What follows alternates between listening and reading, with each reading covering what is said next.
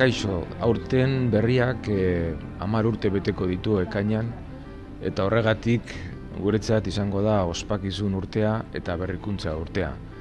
Berrikuntzen artean lehena badakagu ja martxan, eta hori da telefono mugikorretako aplikazioa. Lehenik garatu dugu iPhoneetarako. iPhonean berria.info irakurtzeko aplikazioa garatu dugu, dagoeneko Apple Storeen dago, deskargatzeko moduan eta erabiltzeko moduan. Laster egongo da garatua Android sistemarako ere bai. Iker Valentziagak garatu du iPhoneerako aplikazioa eta berak azalduko digu momentu batean zein diren bere ezaugarri nagusiak. Aplikazioak 5 atal edo parte nagusi ditu.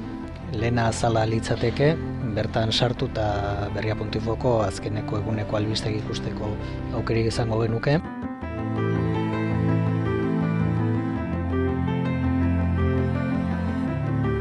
Bigarren zatia edo atala gogokoenak litzateke, albiste batetan sartzen geanean, albiste hori gogokoen zerrendan gorde dezakegu ondoren irakurtzeko edo geroago partekatzeko edo nahi dugun egiteko. Hirugarren zatia, bideoen zatia litzateke Berria Telebistaren atala.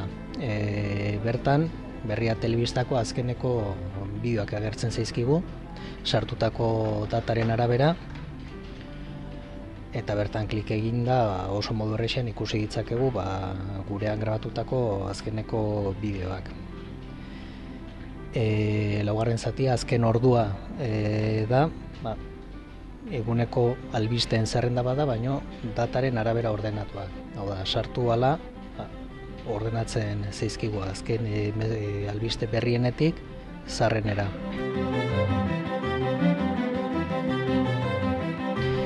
Eta gero, azkeneko zati edo azkeneko partea atalak izenekoa dugu, eta bertan berria.infoko atal ezberdinetarako sarrera genuke. Batetik zintak ikusi ditzakegu, bai Zaldieroan edo Lariagaren eguneko komikiak, agenda ere badugu, agendara sarrera, aste guztiko agenda ikusi dezakegu bertatikan, eta gero berria.infoko atal ezberdinetara sarrera dugu, Euskal Herria, ekonomia, mundua, hau da, gure webguneko edo gure eguneko saila ezberdina atala, mundua, kirola eta bar.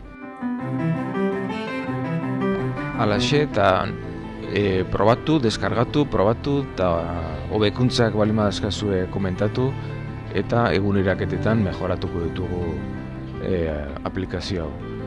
Ondo izan, eta segi berrikuntzen zain.